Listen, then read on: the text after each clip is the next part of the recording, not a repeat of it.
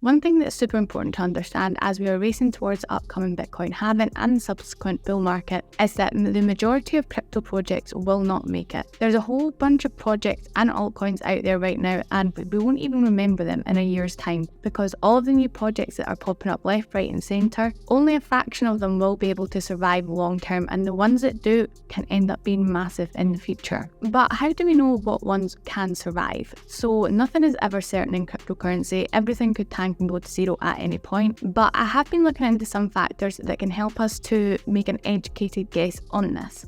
So let's jump into today's slideshow. Now, whilst I have been looking into cryptocurrency and researching the different projects, the main things that always stand out to me for the ones that are likely going to make it are the ones that have big partnerships and they have real world adoption and real world use cases. And one project that I looked into previously, and I did speak about it, and I continue to look into it, is Hedera or HBAR. Now, I done a video on HBAR a few weeks ago, and this was the first time I'd properly actually researched into it. And don't get me wrong, it did take me a bit of a minute to kind of understand the gossip protocol and the gossiping about gossip, etc. But I did get there in the end. Now, there has been quite a lot going on with Hedera that we didn't discuss because I was more looking into kind of the fundamentals of the project. But I think this is a good one for anybody who's maybe lost the kind of shiny coin syndrome with HBAR and thinks it's a bit of old news now. So let's begin with the HBAR price chart. So there's been a lot of price action for HBAR over the last year, and we can see that at the start of 2023 it was in the same price range as what it is in now. But since then it's gone through this climb to almost 10 cents, and then we had the major pullback where it went back to around about 4 cents. And then we had a series of climbs and falls until the October rally that just really pushed the price back up to pretty much, it just about hit 10 cents. It was 0.97 on the 3rd of January. Now, as we know, since the 3rd of January, the whole market went through this kind of little pullback here. And we did see HBAR dipping back into the 6 cent range last week, but it seems to have kind of pushed through this support level. So you can see the support level here, which sits around 71 cents. So it climbs up that, and then we see it retesting it and bouncing. And after that, it did go on a steady climb up where it dipped again a little bit today, but we can see it bounced off that support nicely and we've recovered from it. Now, it's important to remember that HBAR has already gone through the bull cycle. So we could see it here, and it was able to reach a much higher price range. So the all-time high for this, if you scroll down on CoinMarketCap, it tells you without having to kind of try and get the right little point on the chart. So we can see that the all-time high was recorded as 57 cents, so pretty much 60 cents, and that was in September of 2021. So even with these climbs that we have been seeing recently, it still has a long way to go to kind of get back up into this range here. And when we're looking for altcoins that will make the biggest moves in the bull market, we do typically tend to turn to the assets that have the lower market cap. And even I was starting to go down this route a little bit because I was constantly trying to find really small market caps because they have more room to grow in it compared to the larger cap coins. And I do know that HBAR is already at 2.5 billion. So there's probably people out there who are thinking that what a total waste of time this is, especially as it has already had a big run. But the Hedera ecosystem has advanced so much since the bear market that they really have set themselves up for the potential of even greater moves this time around. So I had a look around at some of the sectors that are expected to blow up in the coming years, and one of the major ones is real world tokenization, or RWA, which is real world assets. So this sector is about turning your assets into real life digital tokens. So from what I have been reading up on with it, the main advantage is being able to easily manage your assets on chain and the ability to fractionalize an asset so that this can be split up into multiple parts and each one is represented by a token. So the market size for RWA is expected to reach $10 trillion by 2030. Now you might think that 2030 is ages away, but it's only 6 years. And Hedera have been making some big moves to make sure that they can be the biggest player in this sector. In 2023, a massive real estate firm, Red Swan CR, who managed assets worth $5 billion, they chose Hedera for their new token Studio. So Studio allows people to create and invest in real estate, and it allows smaller investors to access investments that were previously just far too expensive for them. And I do think once more people realise the opportunities that can be open to them with the tokenization of assets, it does have the potential in the future to be the new way to invest in real estate. Hedera were also the chosen project by Fresh Supply Co. So this is an Australian-based agriculture and supply chain.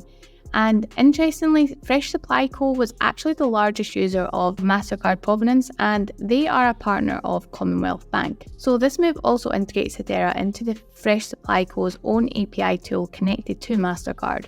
So this creates a link between the Hedera network and the MasterCard network, as well as an upcoming MasterCard-based Web3 product. So these kind of partnerships in up-and-coming sectors really do highlight Hedera's growing influence in the financial sector. So this is not the only narrative that Hedera have been targeting. They have also been working on DeFi. Now, this is a decentralized physical infrastructure network. And full disclosure, I know a little bit about it, but it's not a sector that I am fully confident on. But I have been trying to research this as much as possible. So the DeFi network effectively uses tokens to incentivize. So DeFi networks effectively use token incentives to motivate individuals to share their resources.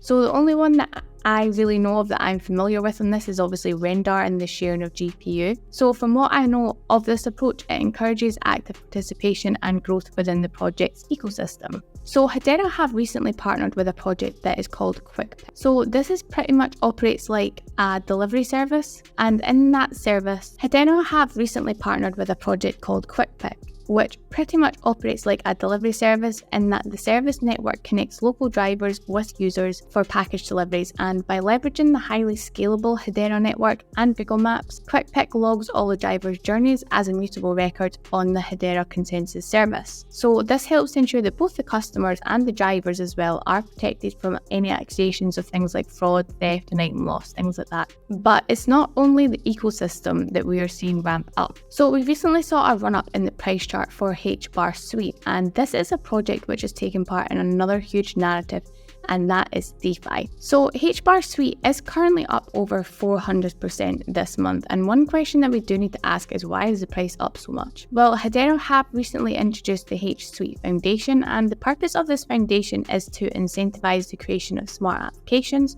through their node technology. So this year, the foundation aims to crack hackathons and work towards more collaborations and innovation. So a successful crypto network is incomplete without a list of partners and collaborations. And Hedera is known for its strong partnership network, which includes the governing council, which includes big names like Google, Dell, IBM and Chainlink. So these partners are all big believers in the Hedera ecosystem, and they help oversee the network nodes and contribute to the network stability. So last year Hedera collaborated with Flutterwave, so this was to enable swift USDC payments from the US and Canada over to Africa. And a Hedera-based micro payment platform called Drop also became the first crypto business to partner with FedNow. So this is the US Federal Reserve's instant payment system, and this collaboration allows banks to leverage Hedera's network for instant and cost-effective transactions. And they had also partnered with Hyundai and Kia to help them launch a carbon emissions monitoring system. So the goal with this is to effectively track carbon emissions at every stage of the supply chain. So from raw materials through the production, through transportation,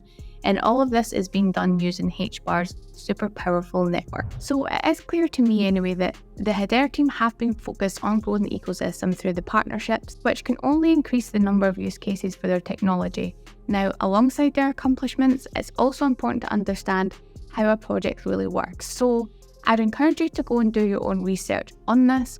And I do have the video where I've done a deep dive into Hedera, well, my version of a deep dive into Hedera, where I was pretty much talking through everything that I found out while I was looking into it. And this is where I pretty much try and explain in my terms and in terms that made sense to me how it all works. So seeing the Hedera ecosystem coming to life with a variety of innovative products is amazing, and HBAR is constantly trending on social media.